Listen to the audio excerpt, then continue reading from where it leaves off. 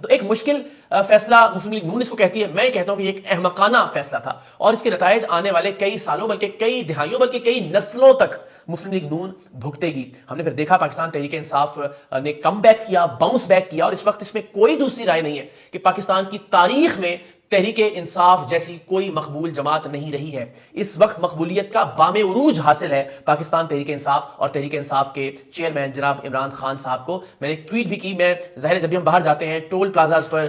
ہم مختلف petrol pumps پر، مختلف کیفیز میں، ویٹر سے، گلیوں میں، سڑکوں پر، ہر جگہ لوگوں سے بات کر کے ان کی رائے جاننے کی کوشش کرتے ہیں، اور میں اللہ تعالیٰ کو حاضر ناظر جان کر یہ بات آپ سے کہتا ہوں،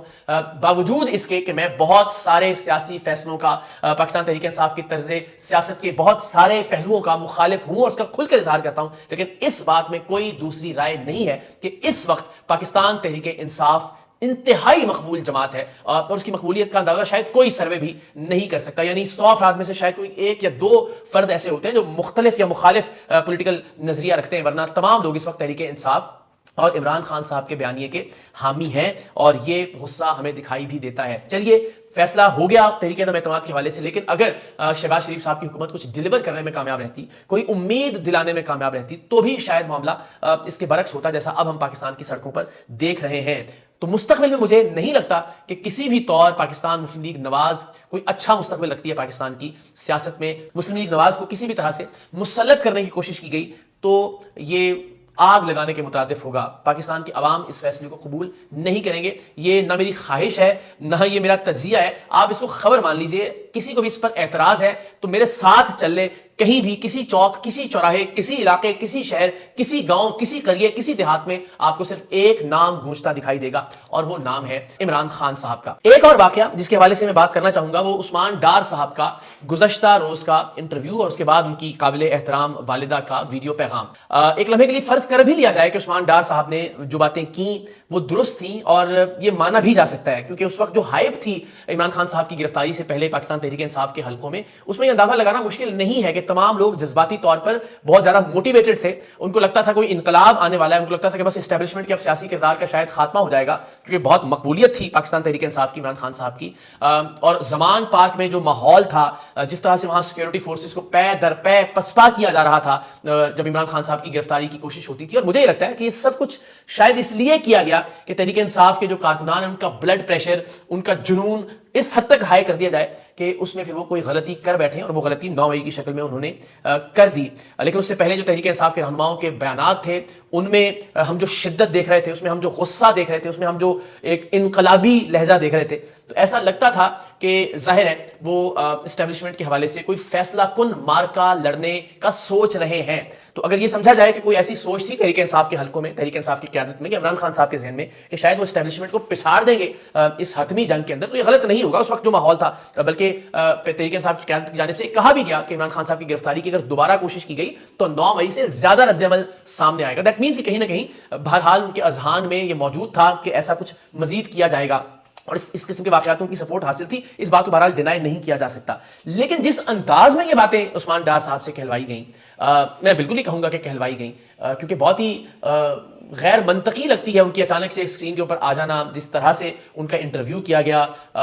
تو میں یہ سمجھتا ہوں کہ بسا اوقات درست بات کو بھی غلط انداز میں اگر کہلوایا جائے یا کہا جائے یا غلط وقت پر کیا جائے یا غلط طریقے سے بیان کیا جائے تو وہ اپنی وقت کھو دیتی ہے جو درست بات بھی ہوتی ہے۔ تو اس پر جو بھی یہ فیصلے کر رہے ہیں ان کو ضرور سوچنا چاہیے کہ اگر وہ کوئی ٹھیک بات بھی کرنا چاہتے ہیں تو کم سے کم اس کے لیے طریقہ ضرور درست اختیار کر لیا جائے۔ عثمان ڈار صاحب کی والدہ کی ویڈیو بہرحال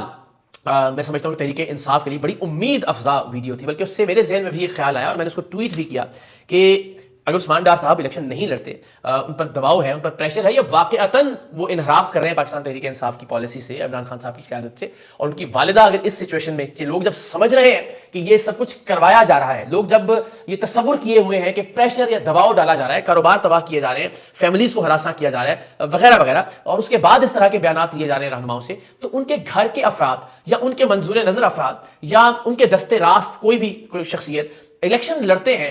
تو کلین سویپ کرنے کی سچویشن ہوگی۔ میں پہلے عرض کر چکا کہ تحریک انصاف اس وقت مقبولیت کے نقطۂ عروج پر ہے، تو اگر کوئی ایسی اسٹریٹجی پاکستان تحریک انصاف کی جانب سے سامنے آتی ہے کہ جو بظاہر لگ رہا ہے کہ شاید تحریک انصاف کو الیکشن نہ لڑنے دیا جائے یا ایسا ماحول بن جائے یا کیسز کے ایسے فیصلے آ جائیں کہ تحریک انصاف الیکشن لڑنے کے قابل نہ رہے, بلے کا نشان آپ کو بیلٹ پیپر پر دکھائی نہ دے, تو اگر کوئی ایسی اسٹریٹجی کہ جو لوگ بھی